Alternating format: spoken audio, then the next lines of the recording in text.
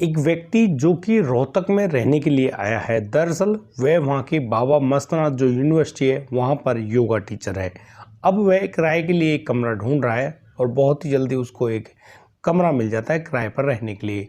लेकिन जिन दिनों वह उस कमरे में रह रहा होता है उसकी मुलाकात होती है एक दीपा नाम की लड़की से। दरअसल ये शादीशुदा तो है लेकिन दिखने में नहीं लगती है और बहुत ही सुंदर है। कहीं ना कहीं वह जो जगदीप है जो कि योगा टीचर है उनकी जो आंखें हैं वो चार हो जाती हैं उस दीपा नाम की महिला से। दीपा जो कि नई उम्र की महिला है बहुत ही अच्छे ढंग से उस जगदीप से बातचीत किया करती है और अब तो वह जो जगदीप है वह उस दीपा को अपना दिल दे बैठा है। इसी बात को वह दीपा भी कहती है और दीपा भी प्यार करने लगती है उस जगदीप से। और जिस प्रकार से दोनों का प्यार आगे बढ़ रहा है कहीं ना कहीं उनके प्यार को एक बुरी नज़र लग जाती है। दरअसल बुरी नज़र तो लगनी ही थी, जगदीप भी शादीशुदा है और वह दीपा भी शादीशुदा है। जिस प्रकार से दोनों शादीशुदा होने के बावजूद अपने पति पत्नियों को छोड़कर एक दूसरे से मोहब्बत करने लगे हैं उसके पीछे एक अलग ही कहानी है। लेकिन कहीं ना कहीं उस दीपा के दिमाग में उस गांव के जो रहने सहने का ढंग है वह पसंद नहीं आता है और वह अक्सर अपनी माँ के साथ रोहतक में ही रहा करती है। इसी प्रकार से वह नए नए ख्वाब पाल रखे हैं उसने अपने दिमाग में कि वह उस योगा टीचर के साथ प्यार करेगी और उसकी पत्नी बनकर रोहतक में ही रह लेगी। दरअसल वह जो लड़का है यानी जगदीप अच्छा खासा कमाता भी है और बहुत अच्छी ढंग से उसका रहने का तरीका भी है। कहीं ना कहीं वह दीपा उससे इतनी मोहब्बत कर बैठी थी और उसी प्यार में आगे बढ़ने लगती है लेकिन उसको मालूम नहीं था कि उसका प्यार बहुत ही कम समय के लिए चलने वाला है। यानी कि अब तो उस जगदीप के बारे में उस दीपा के पति राजकरण को मालूम चल जाती है सारी बात और फिर तो वह राजकरण अब उस जगदीप के साथ कुछ ऐसा करने वाला था जिसके बारे में पूरी जानकारी आज हम आपको बताने वाले हैं और बताने वाले हैं कि किस प्रकार से इस दर्दनाक कांड को किया गया और कैसे उस जगदीप को बताया गया कि अवैध संबंध किस प्रकार से खतरनाक होते हैं। दोस्तों आइए जानते हैं पूरे मामले में क्या क्या हुआ है क्योंकि यह मामला सुर्खियां बटोर रहा है। नमस्कार, आदाब, सत श्री अकाल दोस्तों, स्वागत है आपका हमारे यूट्यूब चैनल किस्से क्राइम के। और दोस्तों आपसे वही प्यार भरी गुजारिश, आगे बढ़ने से पहले हमारे चैनल को सब्सक्राइब करना, नोटिफिकेशन की बेल को दबाना बिल्कुल ना भूलें और दोस्तों हमको फॉलो अवश्य कर लें। आज का बेहद ही हैरान करने वाला मामला सामने आया है रोहतक हरियाणा से। दरअसल रोहतक में किराए पर रहने वाला वह जो जगदीप है, जगदीप अपने मकान मालिक की बेटी दीपा से मोहब्बत कर बैठा और इसी मोहब्बत के चलते अक्सर वो लोग घूमने फिरने जाते और वह जो दीपा है वह भी अपने उसी किराए वाले कमरे में जहाँ पर जगदीप रहा करता है उसी के साथ अक्सर रात बिताया करती है। और उसकी जिस प्रकार से रातें उस जगदीप के साथ कटती हैं, जगदीप भी अब दीपा से कहने लगा था कि उसको उससे शादी करनी है। जहां दोनों एक दूसरे को जानते तक नहीं थे साथ में जीने मरने की कस्में खाने लगे और बस दीपा और जगदीप का प्यार आगे बढ़ने लगा। दोस्तों यहाँ पर मैं आपको पहले जगदीप के बारे में बताऊंगा और फिर दीपा के बारे में बताऊंगा। जगदीप जो कि मनौता गांव का रहने वाला जो कि झज्जर ज़िले में पड़ता है वह योगा टीचर है। उसने काफ़ी अच्छे कोर्स किए हैं और वह इसी वजह से यानी कि बाबा मस्तनाथ जो यूनिवर्सिटी है वहाँ पर योगा टीचर की भूमिका निभाया करता है। उसको काफ़ी अच्छी तनख्वाह भी मिलती है। लेकिन मैं आपको बता दूं कि यहाँ इसके घर में इसकी एक पत्नी और इसकी एक बेटी भी है। दोस्तों इसके माता पिता की काफ़ी समय पहले मौत हो गई है लेकिन वह जिस घर में अपनी पत्नी और बेटी के साथ रहा करता है उसकी पत्नी के साथ अनबन चल जाती है और इसी झगड़े के कारण वह जो उसकी पत्नी अपनी बेटी को लेकर अपने मायके चली जाती है। दोस्तों वह जगदीप अपने 12 साल की बेटी को तो छोड़ देता है अपनी पत्नी के साथ, वो तो अपने मायके में रहती है। लेकिन यहाँ जो जगदीप है वह रोहतक से आता है और यहाँ पर एक मकान मालिक से एक कमरा किराए पर लेता है। वहीं पर जो मकान मालिक की बेटी है यानी कि वह दीपा भी रहा करती है।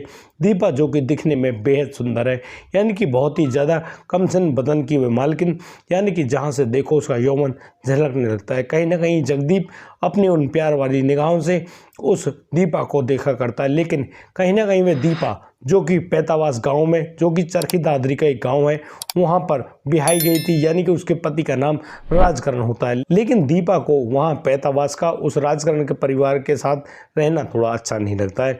वह अक्सर अपनी माँ के पास ही रहा कर, दरअसल उसकी माँ को बहुत ही गंभीर बीमारी है उसी वजह से वह अपनी माँ के पास आ जाया करती है।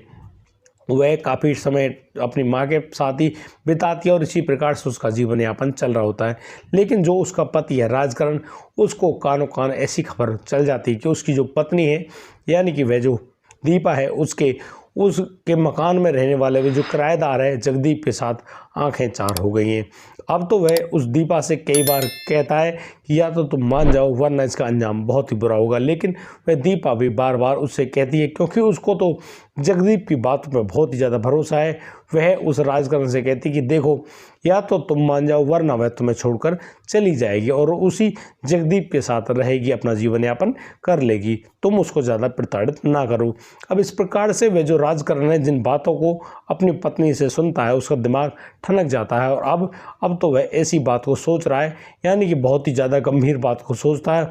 और एक दिन यानी कि 24 दिसंबर 2024 को वह अब अपने गांव में ही एक जो हरदीप है जो कि दूध निकाला होता है अपनी भैंस का, वह उसके पास जाता है और उससे कहता है कि यार उसकी जो सास है उसको खून की ज़रूरत है, दरअसल उसको खून चढ़वाना है, भाई तुम मेरे साथ चलो और मेरी सास को खून देकर आना। यहाँ पर वह जो राजकरण है अपने साथ एक और लड़के जिसका नाम अमित है उसको अपने साथ बिठाता है, गाड़ी में लेकर पहुँच जाता है सीधा रोहतक, और रोहतक वह अपने उस सास के घर में पहुँचता है। वहाँ उनकी बहुत अच्छी खातिरदारी होती है, अच्छे ढंग से खा लेते हैं, पी लेते हैं चाय वगैरह, और फिर वो लोग बात करने यानी घूमने के लिए निकल पड़ते हैं। रात का समय करीब 10 बज चुके होते हैं। अब तो वह जो राजकरण है वह अपनी सास के घर में तो है, वह ऊपर जाता है उस किराएदार यानी कि जगदीप के कमरे पर और जगदीप को बुलाता है। जगदीप आता है, गेट खोलता है और कहता है कि बोलिए क्या काम है। अब तो वह जो राजकरण है वह उस आदमी यानी जगदीप के मुंह को भींचता है और उसको अपने दोनों मित्र यानी कि हरदीप और अमित के साथ मिलकर नीचे लेकर आते हैं, गाड़ी में डालते हैं और बस उसके पास साथ मार पिटाई करना शुरू कर देते हैं। वो उस जगदीप को इतना बुरी तरह से मारते पीटते हैं, बहुत ही ढंग से उसकी कुटाई होती है और फिर उसको लेकर आ जाते हैं पैतावास गांव। दोस्तों पैतावास गांव में एक अलग ही कहानी चल रही थी उस राजकरण की।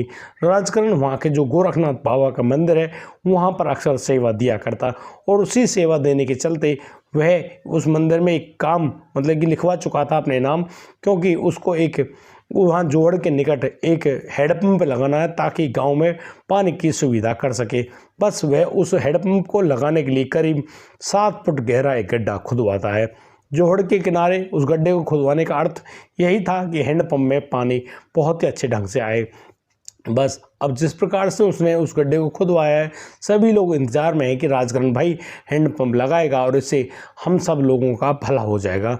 लेकिन यहाँ राजकरण के दिमाग में कुछ और ही प्लानिंग चल रही होती है। अब तो वह जो हरदीप, अमित और राजकरण तीनों उसको मारते कूटते हुए लाते हैं जगदीप को, और रात के करीब 1 बजे पहुँचते हैं यहाँ पैतावास गांव में।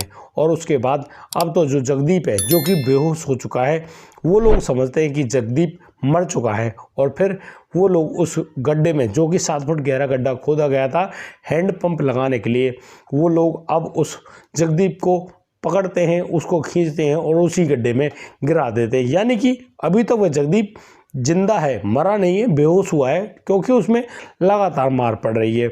और वो लोग अब उसी गाड़ी में जो कि उन्होंने फावड़े वगैरह रखे हुए थे उन्हीं की मदद से जगदीप को तो 7 फुट गहरे गड्ढे में गिरा दिया और फिर उन फावड़ों की वजह से वहाँ की जो पड़ी हुई बाहर मिट्टी है उस मिट्टी को उस गड्ढे में गिराना शुरू कर देते हैं। और बस इसी प्रकार से पूरी मिट्टी को उसमें फुल भर के यानी कि ऊपर का लेवल बराबर करने के बाद वो लोग वहाँ से 9-2-11 हो जाते हैं। अब तो मामला बिल्कुल शांत, अब पूरी कहानी प्रक्रिया सब कुछ शांत। लेकिन वह जो राजकरण है वह अपने घर जाता है और बस वो जिस सामान्य तरीके से वो लोग रह रहे होते हैं यहाँ पर वो लोग तो चले जाते हैं। लेकिन मैं आपको एक बात बता दूं कि रात के समय जब वह हरदीप नाम का शख्स उसके साथ आया था, राजकरण के साथ आया था, वो उसी समय अपने जो दोस्त राजकरण उससे कह कर जाता है भाई उसको अपने घर जाना है, वह यहाँ पर अपने घर रहेगा, घर वाले उसको ये बाट देख रहे होंगे। लेकिन उस राजकरण को लगता है यार उससे एक व्यक्ति की कमी रह गई। अब वह राजकरण अपने एक दूसरे मित्र जिनका नाम धर्मपाल है, धर्मपाल को अपने पास रात को उसी जोहड़ के निकट बुलाता है और फिर उसके साथ उसे जगदीप को दफनाने यानी कि जिंदा दफनाने की प्रक्रिया को निभाता है। यहाँ पर हरदीप उनके साथ नहीं होता है और हरदीप अपने घर जा चुका है। अब तो सुबह होती है, वो लोग अपने अपने काम में जुटे हुए हैं और किसी को भनक तक नहीं लगने दी।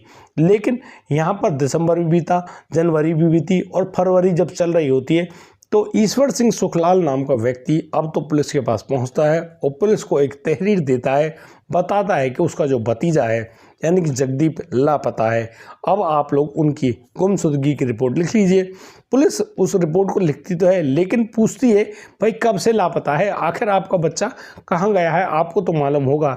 लेकिन यहाँ पर ईश्वर सिंह सारी बातों को नकार देते हैं और कहते हैं कि भाई हमको मालूम नहीं वह कहाँ पर गया है, किसके पास है, लेकिन दिसंबर से वह घर नहीं लौटा है। अब तो जो ईश्वर लाल है उनके दी गई तहरीर के मुताबिक पुलिस अब आगे की कार्रवाई करती है और पता लगा रही होती है कि आखिर जगदीप कहाँ पर रहता है।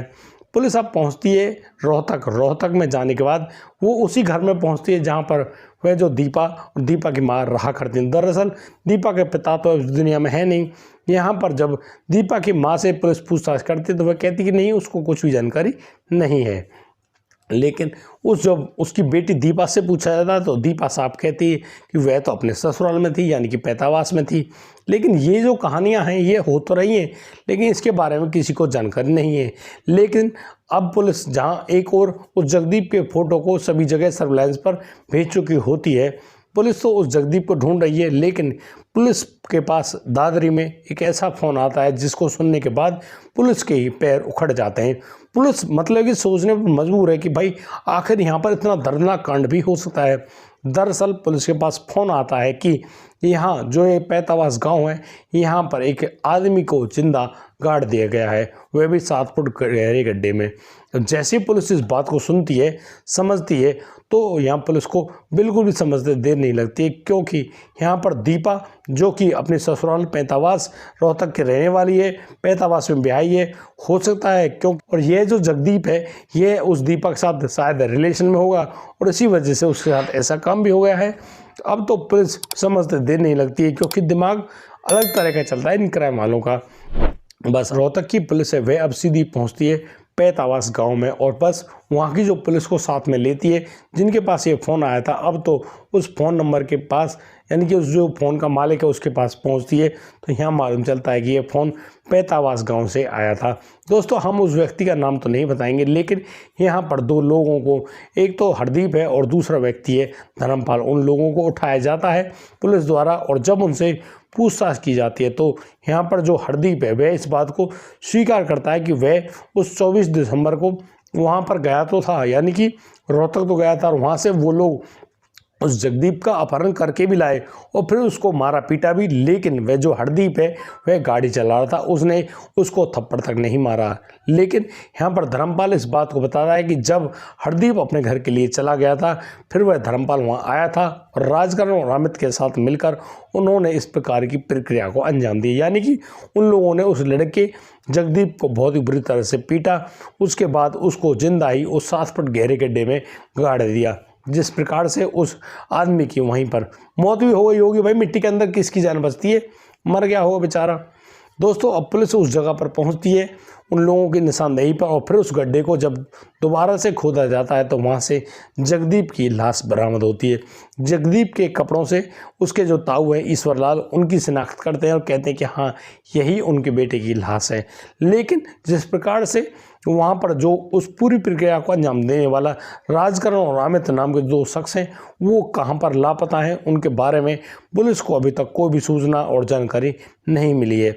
लेकिन दोस्तों जिस प्रकार से उस राजकरण ने इस पूरी प्रक्रिया को अंजाम दिया, यहाँ पर कहीं ना कहीं सोच कर ही लगता है कि लोगों की मानसिकता कितनी घिनौनी हो गई है। दोस्तों इस पूरे घटनाक्रम को सुनाने का उद्देश्य किसी को परेशान करना नहीं है, किसी का दिल दुखाना नहीं है। लेकिन दोस्तों जिस प्रकार से घटनाएं हमारे सामने आप लोगों के सामने आ रही हैं उनसे कहीं ना कहीं ये बात तो सोचने को जरूर मिलती है कि अचानक जल्दबाजी में लिए गए जो निर्णय होते हैं वो हमारी ज़िंदगी को समाप्त करने वाले होते हैं और उन्हीं वजह से हमारी ज़िंदगी पर कब बात बिगड़ जाए पता ही नहीं चलता है। इसी प्रकार से जब ये पूरा काम हुआ कि अब तो वह जगदीप अपनी पत्नी से अनबन कर बैठा, उसकी पत्नी उसके मायके में जा बैठी। अब वह जगदीप रोहतक आ गया। रोहतक उसकी दीपा नाम की जो महिला है उससे आंखें चार हो गई, उनके बीच में अवैध संबंध भी कायम हुए। और बस उस दीपा के साथ जैसे वे संबंध कायम होते हैं, राजकरण को मालूम चलता है। और राजकरण जो कि उस जगदीप के साथ इतना दर्दनाक काम करता है, यानी कि उसको जिंदा ही गाड़ देता है। अब भाई आप सोचो जरा इस बात को, मैं आपके पीछे छोड़ता हूँ इस बात को। भाई वो जो जगदीप है वो तो मारा गया, अब वह जो राजकरण है जो उसको मारने वाला हत्यारा है वह अब गायब है, पता नहीं कहाँ पर भागा हुआ है। लेकिन वह दीपा तो अभी भी ऐसी कैसी रह गई जो कि मेन मुख्य करता धरता है। भाई उसी को तो हवस की आग लग रही थी, अवैध संबंधों की इसी प्रकार से तो ये जलन हो रही थी, इसी बात की अपनी मानसिक कंडीशन को ठीक नहीं रख पाई, तभी तो उसने अपने पति को छोड़कर एक पराये मर्द से संबंध कायम कर लिए। यार उनकी मानसिकता की भी हादी है। अब सोचो जरा, शायद उस जो महिला है यानी कि वह जो दीपा है, क्या उसने अच्छा किया? यार मतलब एक आदमी जान से गया, उसको मारने वाला जेल में गया, लेकिन दीपा अब डोल भाई, खूब मजे कर, जिसके साथ मजे करने उसके साथ कर, एक नहीं 9 खसम बना। जिस प्रकार से लोगों ने अपनी मानसिकता की दुर्गति कर रखी है ना, इनके चक्कर में आके अच्छे भले इंसान की भी दुर्गति होती है। अब पुलिस क्या कर रही है, दिन रोज रिमांड, धर्मपाल और उस हरदीप की कुटाई हो रही है, राजकरण और अमित भैया गायब है, दीपा अपने घर बैठी है और वो जगदीप सीताराम गया। अब वो जगदीप की पत्नी अगर उससे ना झगड़ा करती, कम से कम अपने पति के साथ तो रहती, लेकिन 12 साल की बेटी जिसने अपने पिता को खो दिया, अरे उसके बारे में सोचो भैया, कुछ नहीं है। ये घिनौने कांड बहुत खतरनाक है। हम प्रयास तो कर रहे हैं आप लोगों के पास बताने के लिए, शायद हम उम्मीद करते हैं आप लोग इन घटनाओं से सीख जरूर लें और समझें कि इन घटनाओं की वजह से बहुत बड़े कांड हम लोगों के सामने आते हैं। दोस्तों आज के लिए सिर्फ इतना ही, अब दीजिए मुझे इजाज़त, मिलता हूँ कल, लाता हूँ एक और अनोखा मामला। तब तक के लिए आप बढ़िया रहें, बेहतरीन रहें, अपना और अपने परिवार का बखूबी ख्याल रखते रहें। जय हिंद, जय भारत।